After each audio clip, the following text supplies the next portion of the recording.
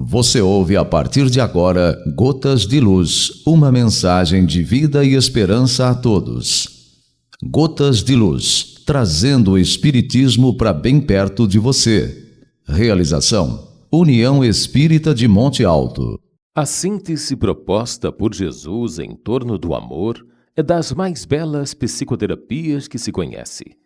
Amar a Deus sobre todas as coisas e ao próximo como a si mesmo. Ante a impossibilidade de o homem amar a Deus em plenitude, já que tem dificuldade em conhecer o absoluto, realiza o mistério, invertendo a ordem do ensinamento, amando-se de início, a fim de desenvolver as aptidões que lhe dormem em latência. Esforçando-se para adquirir valores iluminativos a cada momento, cresce na direção do amor ao próximo, decorrência natural do alto amor, já que o outro é extensão dele mesmo. Então, finalmente conquista o amor a Deus em uma transcendência incomparável, na qual o amor predomina em todas as emoções e é o responsável por todos os atos. O espírito Joana de Ângeles, através da mediunidade de Divaldo Franco, apresenta a necessidade primeira de alto amor como alavanca fundamental para a conquista de todas as esferas desse sentimento supremo. Mas, de que forma amar a si mesmo? E como a si mesmo, da proposta de Jesus, é um imperativo que não deve ser confundido com o egoísmo ou egocentrismo. Amar a si mesmo significa respeito e direito à vida, à felicidade que o indivíduo tem e merece. Trata-se de um amor preservador da paz, do culto aos hábitos sadios e dos cuidados morais, espirituais e intelectuais para consigo mesmo. É sempre estar fazendo as melhores escolhas para si mesmo, vendo-se como espírito imortal, sem nunca deixar de respeitar, obviamente, o bem comum. Quando escolho amar mais minha família, dedicando-me inteiramente aos relacionamentos, cultivando a paciência e a tolerância, estou amando a mim mesmo. Quando escolho perdoar e deixar de levar comigo o peso de uma mágoa, estou amando a mim mesmo. Quando escolho aprender, buscando aprimoramento intelectual nas áreas do conhecimento de meu interesse, estou auto-amando. Quando me aceito como sou e vejo em minhas imperfeições situações temporárias, uma vez que me esforço para corrigir meus erros, estou amando a mim mesmo. Quando me dedico diariamente ao exame de consciência, à meditação, ao autoconhecimento, estou dando provas de amor a mim mesmo. São exemplos de atitudes, de pensamentos e sentimentos que elevam nossa autoestima, que é este julgamento que fazemos de nós mesmos e nos empurram sempre para a frente, para a felicidade. O alto amor proporciona uma visão mais clara de quem se é, do que se deseja e do que não se deseja para si. É através dele que estabelecemos metas para nossa existência, metas educacionais, familiares, sociais, artísticas, econômicas e espirituais, pensando em nós não apenas agora, mas nos cuidados para com o futuro.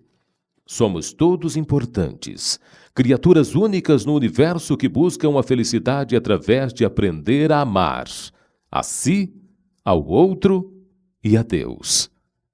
Ame a você mesmo enquanto é hoje. O programa Gotas de Luz está começando. O texto que você acabou de ouvir tem o título Amor a si mesmo.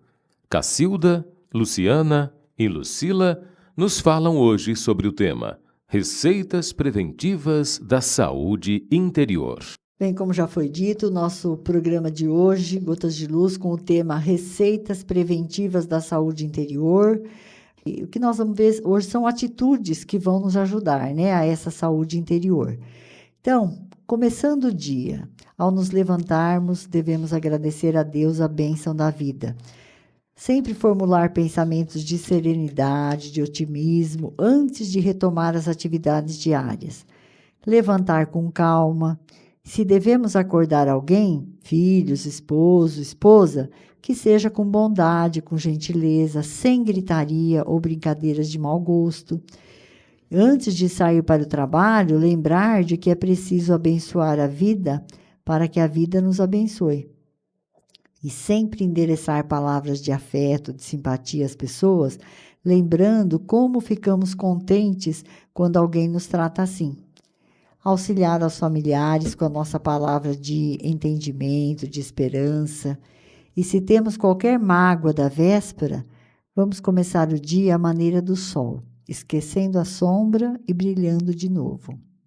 Devemos observar também como vai indo a nossa voz, porque é um dos instrumentos mais importantes da nossa vida. A voz de cada pessoa está carregada pelo magnetismo dos nossos próprios sentimentos. Devemos falar em tonalidade não tão alta que assuste, nem tão baixa que seja difícil de ouvir-nos. Sempre repetir com paciência, quando necessário, sem alterar o tom de voz, entendendo que nem todos têm audição impecável. A quem não tem facilidades para ouvir, nunca devemos dizer: "Você está surdo?" Ou "Quantas vezes você quer que eu fale?" Ou então: "Já cansei de repetir isso." A voz descontrolada pela cólera, no fundo, é uma agressão e jamais convence. Temos que conversar com serenidade e respeito, sempre nos colocando no lugar de quem ouve. Em qualquer telefonema, recordar que do outro lado do fio está alguém que precisa da nossa calma para manter a própria tranquilidade. Outra coisa, a bondade no campo doméstico é a caridade começando de casa. Nunca devemos falar aos gritos, abusando pela intimidade que nós temos com os entes queridos. Evitar barulho ao mexer com pertences, evitando a perturbação. Devemos aprender a nos servirmos tanto quanto possível, de modo a não agravar as preocupações da família. E colaborar sempre que surgir um problema, sem queixas. E é sempre possível achar a porta do entendimento mútuo quando nos dispomos a ceder, em pequeninas demonstrações de renúncia, ceder em pontos de vista.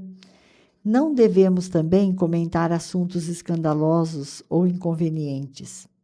E em matéria de doenças, devemos falar o estritamente necessário. Procurar algum detalhe caseiro para elogiar o trabalho de quem fez, e o carinho de quem faz tanto por nós, seja a mãe, seja a doméstica. Não devemos usar da conversação para fazer críticas ou censura, seja a quem seja. E quando estamos com pressa, também devemos usar de serenidade e respeito, sem estragar a tranquilidade dos outros. E uma outra coisa que a gente precisa observar é que a ordem, o trabalho, a caridade, a benevolência e a compreensão começam dentro de casa, no lar. Devemos aprender a ouvir sem interromper os que falam à mesa doméstica, a fim de que possamos escutar com segurança e atenção às aulas da vida. O lar, então, nesse caso, deve ser um ponto de repouso e refazimento, nunca mostruário de móveis ou enfeites apenas, embora a gente sabe que devemos enfeitá-lo quando possível, para tornar um local agradável, confortável e gostoso. Não devemos desperdiçar nada, procurar viver sem incomodar os demais e evitar brincadeiras de mau gosto. E o trabalho digno nos torna independentes. Nós, pais, adultos, temos que aconselhar a criança e ajudá-la na formação espiritual, que é a obrigação de quem orienta. Devemos respeitar os adultos em suas escolhas, porque eles são responsáveis e devem ser livres nas suas ações. Se não sabemos tolerar, entender, abençoar ou ser útil a 8 ou 10 pessoas no nosso ninho doméstico, como cumprir os ideais e compromissos de elevação a toda a humanidade? E os parentes difíceis? Será que temos? Então, quando temos, devem ser aceitos na base da generosidade e da compreensão, na certeza de que as leis de Deus não nos enlaçam uns com os outros sem uma causa justa. O parente problema, ele é sempre um teste de avaliação da nossa evolução espiritual. Muitas vezes, a criatura complicada que se nos agrega à família traz marcas de sofrimento ou deficiências que lhe foram impostas por nós mesmos em encarnações passadas. Então, nós não devemos exigir dos familiares diferentes de nós um comportamento igual ao nosso, porque cada um traz uma bagagem. Não adianta descartar os parentes difíceis, às vezes internando-os em casas de repouso, à custa de dinheiro, porque a desvinculação real só virá quando alcançarmos a quitação dos próprios débitos ante a vida maior. E nas provações e conflitos do lar terrestre, quase sempre nós estamos pagando pelo sistema de prestações certas dívidas que foram contraídas por atacado. Estude a si mesmo, observando que o autoconhecimento traz humildade, e sem humildade é impossível ser feliz. Allan Kardec. Você ouve e se informa. Gotas de Luz. Estamos retornando com o programa Gotas de Luz e o tema de hoje é Receitas Preventivas da Saúde Interior. Precisamos também lembrar que a nossa casa não é apenas um refúgio de alvenaria, é o lar onde a união e o companheirismo devem se desenvolver. A paisagem social da Terra se transformaria imediatamente para melhor se todos nós, quando na condição de espíritos encarnados, nos tratássemos dentro de casa, pelo menos com a mesma cortesia que dispensamos aos nossos amigos. Precisamos também cuidar da higiene, mas não transformar a limpeza em assunto de obsessão. Enfeitar o lar com os recursos da gentileza e do bom humor. Devemos todos colaborar no trabalho caseiro, tanto quanto possível. Sem organização de horário e previsão de tarefas, é impossível conservar a ordem e a tranquilidade dentro de casa. Nós precisamos tanto de nossos parentes quanto eles precisam de nós. Os pequenos sacrifícios em família formam a base da felicidade no lar. E a rua também é um departamento importante na escola do mundo, né? Onde cada criatura pode ensinar e aprender. Quando nós encontramos amigos ou conhecidos, devemos cumprimentá-los com cordialidade, com carinho. Caminhar como se deve viver, sem atropelar os outros. Se estivermos de carro, por mais pressa, devemos atender às leis do trânsito, né? Aos princípios do respeito ao próximo, evitando males que poderão nos amargurar por longo tempo. Se formos abordados na rua, vamos praticar a bondade, a gentileza, mesmo que estejamos com pressa, que é o que acontece sempre, né? Mas nós podemos falar com serenidade e compreensão, ainda mesmo por um simples minuto. E sabia que o comércio também é uma escola de fraternidade? Realmente, nós precisamos de atenção do vendedor, mas o vendedor espera o mesmo de nós. Diante de balconistas fatigados ou irritadiços, vamos lembrar que eles podem ter provações constrangedoras na família, no lar, então vamos tratá-los com carinho e consideração. A pessoa que se revela mal-humorada em seus contatos públicos provavelmente carrega um fardo pesado de inquietação e às vezes até de doença. Dar passagem aos outros em primeiro lugar, seja no elevador, no coletivo, é uma forma de entendimento e bondade, principalmente os mais idosos, as gestantes, os deficientes. E aprender a pedir por favor e agradecer obrigado aos que trabalham em repartições e lojas é obrigação. Evitar anedotas chulas ou depreciativas, zombarias. E se tiver necessidade de reclamar, que não seja com agressão. A afabilidade é caridade no trato pessoal. Quantas atitudes diferentes, né? Muitas vezes, uma pessoa para nós é indigna simplesmente por não adotar o nosso ponto de vista. A gente às vezes não aceita. Então, nós devemos respeitar, e principalmente o inimigo. Porque o amigo é fácil, né, O amigo Cacilda? é fácil, nos trata bem, com gentileza. Agora, o inimigo, é possível que ele seja portador de verdades que ainda desconhecemos, até mesmo em relação a nós. Às vezes é o inimigo que vai nos trazer. Se alguém nos feriu, vamos perdoar imediatamente, cortando o mal, então, no nascedouro. A crítica dos outros só poderá nos trazer prejuízos se nós consentirmos. E a melhor maneira de desculparmos os erros alheios é reconhecer que nós também somos humanos, né? Capazes de errar, talvez ainda mais que os outros.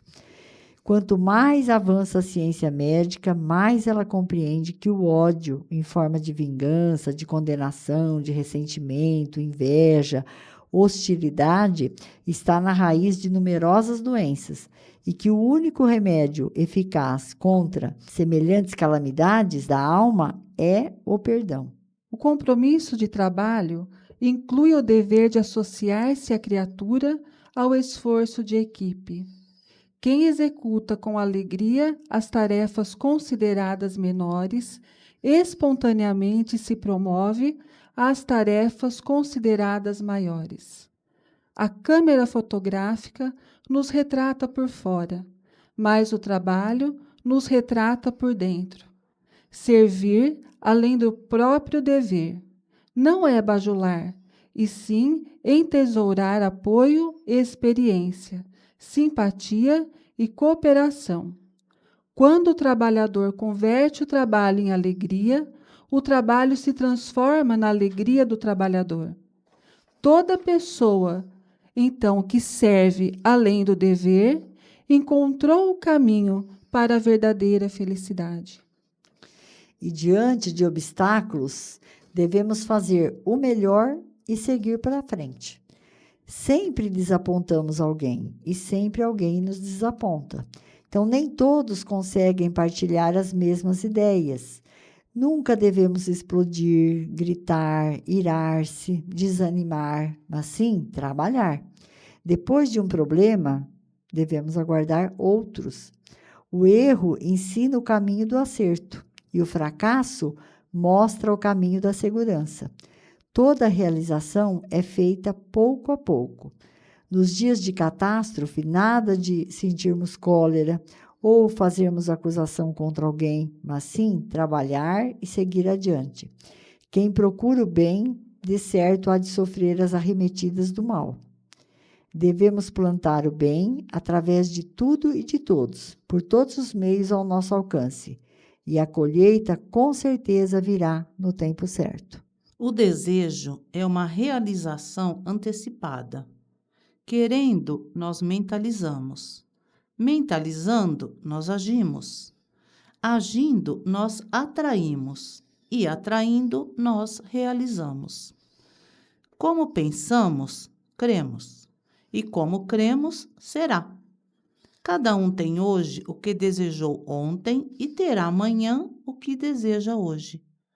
Campo de desejo é como campo de cultura. Cada lavrador é livre na sementeira, mas é responsável na colheita. Todo desejo, na essência, é uma entidade tomando a forma correspondente. E a vida é sempre o resultado de nossa própria escolha, do nosso livre arbítrio. O pensamento é vivo e, depois de agir sobre o objetivo a que se endereça, reage sobre a criatura que o emitiu, tanto em relação ao bem quanto ao mal. Quando Jesus disse, procura e acharás, equivale a dizer encontrarás o que desejas. E entre cônjuges, né? Depois do casamento, né? Quando eles saem, formam a própria casa com novas responsabilidades, é importante não deixar os pais ao abandono. Não desprezar também os ideais e preocupações do outro, né? Um do outro. Respeitar as amizades do companheiro ou da companheira. É preciso reconhecer a diversidade de gostos, de vocações, daquele que tomamos para compartilhar-nos a vida. Antes de observar os possíveis erros ou defeitos do outro, vale mais procurar-lhes as qualidades, virtudes para estimulá-las ao desenvolvimento. Não podemos sacrificar a paz do lar com discussões e conflitos para falar, às vezes, de algum assunto da humanidade que não nos levará a uma solução. Não deixar também de estudar, se possível, né, de aprimorar-se, sob a desculpa de haver deixado a condição de solteiro, né, ou solteira. É necessário compreender que a comunhão afetiva no lar, ela deve recomeçar todos os dias, para termos harmonia e segurança. E entre tantas bênçãos que nós recebemos, nós vamos falar um pouquinho da amizade. O amigo também é uma bênção que nos cabe cultivar no clima da gratidão. Quem diz que ama e não procura compreender, auxiliar, amparar ou servir, não saiu de si mesmo, ao encontro do amor em alguém. A amizade verdadeira não é cega, mas enxerga os defeitos nos amigos, sabe amá-los e entendê-los mesmo assim. Teremos vencido o egoísmo em nós quando nos decidirmos a ajudar os entes amados a realizarem a felicidade, tal qual eles entendem ser a felicidade que procuram, sem cogitar de nossa própria felicidade. Em geral, pensamos que os nossos amigos pensam como pensamos. No entanto, precisamos reconhecer que os pensamentos deles são criações originais deles próprios. Assim como espero que os amigos me aceitem como sou, devo, de minha parte, aceitá-los como são. Quanto mais amizade dermos, mais amizade receberemos. Se Jesus nos recomendou amar os inimigos, imaginemos com que imenso amor nos compete amar aqueles que nos oferecem o coração. A pureza de coração é inseparável da simplicidade e da humildade. Allan Kardec. Você ouve e se informa. Gotas de Luz. Continuando com o nosso programa Gotas de Luz de hoje, receitas preventivas da saúde interior. Em matéria de felicidade, convém não esquecermos que nos transformamos sempre naquilo que amamos. Quem se aceita como é, doando de si à vida o melhor que tem, caminha mais facilmente para ser feliz como espera ser. A nossa felicidade será naturalmente proporcional em relação à felicidade que fizermos para os outros. A alegria do próximo começa muitas vezes no sorriso que lhe damos. A felicidade, ela reside na consciência tranquila. Se aspiramos ser felizes e trazemos ainda complexos de culpa, devemos desejar a própria libertação, abraçando no trabalho em favor dos semelhantes esse processo de reparação desse ou daquele dano que tenhamos causado em prejuízo de alguém. Estudar a si mesmo, observando que o autoconhecimento traz humildade, e sem humildade é impossível ser feliz. Amor é a força da vida, e trabalho vinculado ao amor é a usina que gera felicidade. Então, se parar de lamentar, notará que a felicidade está chamando o seu coração para a vida nova. Quando o céu estiver cinza, derramando-se em chuva, devemos pensar na colheita que chegará do campo e na beleza das flores que surgirão no jardim. Uma outra coisa que a gente precisa observar são os hábitos infelizes que algumas pessoas têm e às vezes nem percebem, nem têm noção do que estão fazendo, né? Muitas vezes as pessoas usam pornografia, dizem palavrões, comentam negativamente a situação de qualquer pessoa, estendem boatos, falam aos gritos, riem descontroladamente, usam a franqueza com impiedade a fim de falar a verdade. Nem sempre a verdade, que é nua e crua, deve ser dita. Existe o momento certo, existe a quantidade certa, a dosagem. Por isso que a gente fala que a verdade tem que ser dita aos poucos, né? Escavar o passado alheio, prejudicando ou ferindo os outros. Fugir da limpeza, queixar-se de tudo e de todos. São todos hábitos infelizes, né? Ignorar conveniências e direitos alheios. Fixar intencionalmente defeitos e cicatrizes do próximo. Muitas vezes a gente vê o cisco no olho do vizinho e não vê a trave na frente do nosso olho, né? Irritar-se por qualquer coisa, contar piadas que possam machucar os sentimentos de quem ouve, falar de conhecimentos fora de lugar e de condição, só pelo prazer de exibir cultura e competência. Não respeitar compromissos e horários, não ter método de vida, contar vantagens sob a desculpa de ser melhor que os demais e ainda gastar mais do que dispõe. Continuando, a gente pode dizer que fugir de estudar, né? Devemos estudar sempre. Deixar sempre para amanhã a obrigação que se pode cumprir hoje. Dramatizar doenças e contratempos. Discutir sem raciocinar. Desprezar adversários e endeusar os amigos. Reclamar dos outros aquilo que nós mesmos ainda não conseguimos fazer. Pedir apoio sem cooperar. Condenar aqueles que não possam pensar por nossa cabeça, não pensam como nós. Aceitar deveres e largá-los depois sem consideração nos ombros alheios. E exigir o bem sem trabalho. Lamentar por quê? Aprender sempre sim. Cada criatura colherá da vida não só pelo que faz, mas também conforme esteja fazendo aquilo que faz. Devemos recordar: tudo recebemos de Deus, que nos transforma ou retira isso ou aquilo, segundo nossas necessidades. A humildade é um anjo mudo. Tanto menos necessitamos, mais teremos. Amanhã será, sem dúvida, um belo dia, mas para trabalhar e servir, renovar e aprender, com certeza hoje é melhor. O tempo é ouro, mas o serviço é luz.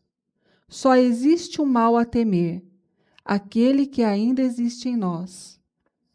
Não devemos parar na edificação do bem, nem para colher os louros do espetáculo, elogios, nem para contar as pedras do caminho, os obstáculos. A tarefa parece fracassar? Vamos seguir adiante trabalhando, que muitas vezes é necessário sofrer a fim de que Deus nos atenda à renovação. Nós acreditamos na vitória do bem sem que nos disponhamos a trabalhar para isso? Será que admitimos que erramos, que esse erro servirá para aprender, ou acaso nos julgamos infalíveis? Se estivermos positivamente ao lado do bem, o que estamos aguardando para cooperar em benefício dos outros? Nas horas de crise, nos colocamos no lugar da pessoa em dificuldade? Se você diz que não perdoa a quem lhe ofende, porventura crê que amanhã não precisará do perdão de alguém?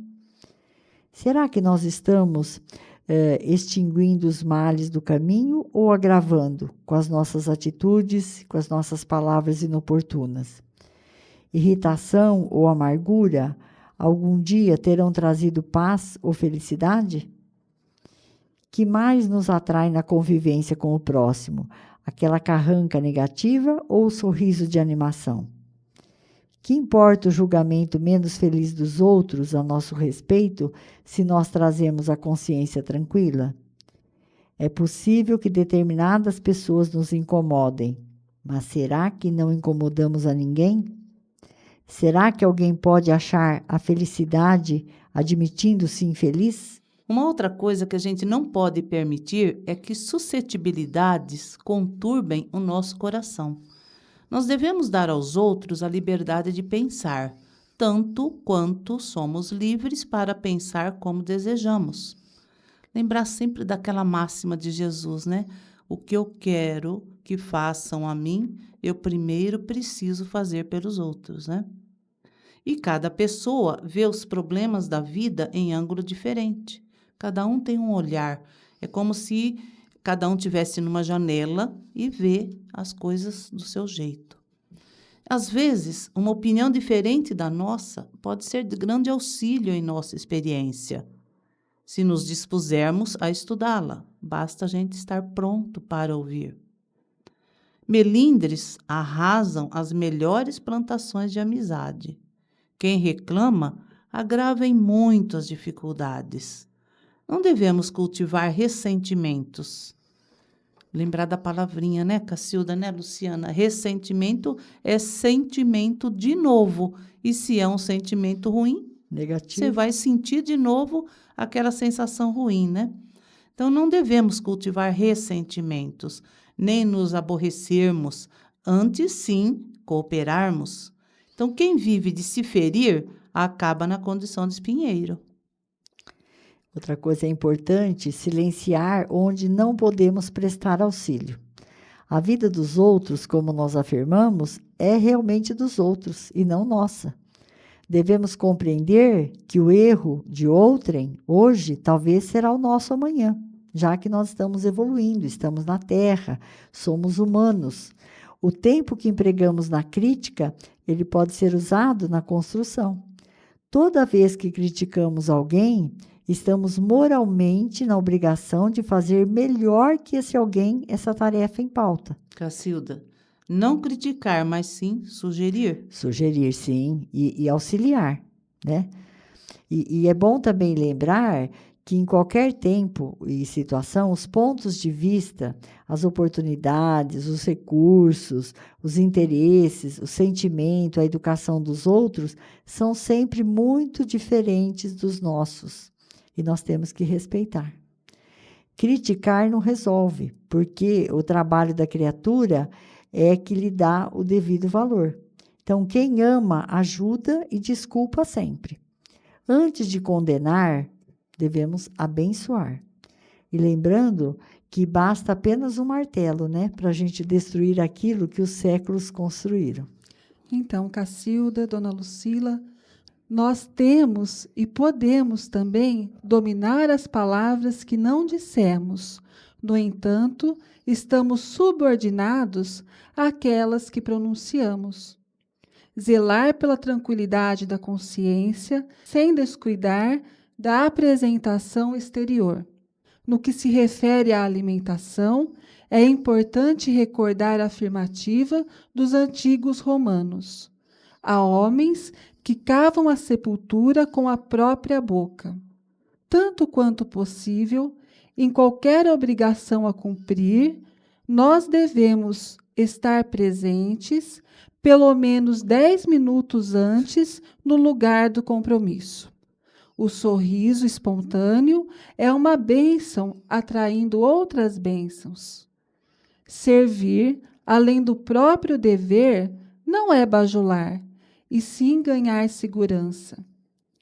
Cada pessoa, então, a quem prestamos auxílio, é mais uma chave na solução dos nossos problemas. É natural também fazermos invejosos, mas não inimigos. Cada boa ação que praticamos é uma luz que acendemos em torno dos próprios passos. Quem fala menos, ouve melhor, e quem ouve melhor, aprende mais. E agora, para nós encerrarmos, né, algumas notas breves que nos ajudarão muito. Não perder tempo, não fugir ao dever, respeitar os compromissos, servir o quanto podemos, amar intensamente e trabalhar com ardor, orar com fé, falar com bondade e não criticar, observar construindo, estudar sempre, não se queixar, plantar alegria, semear a paz, ajudar sem exigências, compreender e beneficiar, perdoar quaisquer ofensas, atender à pontualidade, conservar a consciência tranquila, auxiliar generosamente e esquecer o mal, cultivar sinceridade, aceitando-se como é e acolhendo os outros como os outros são,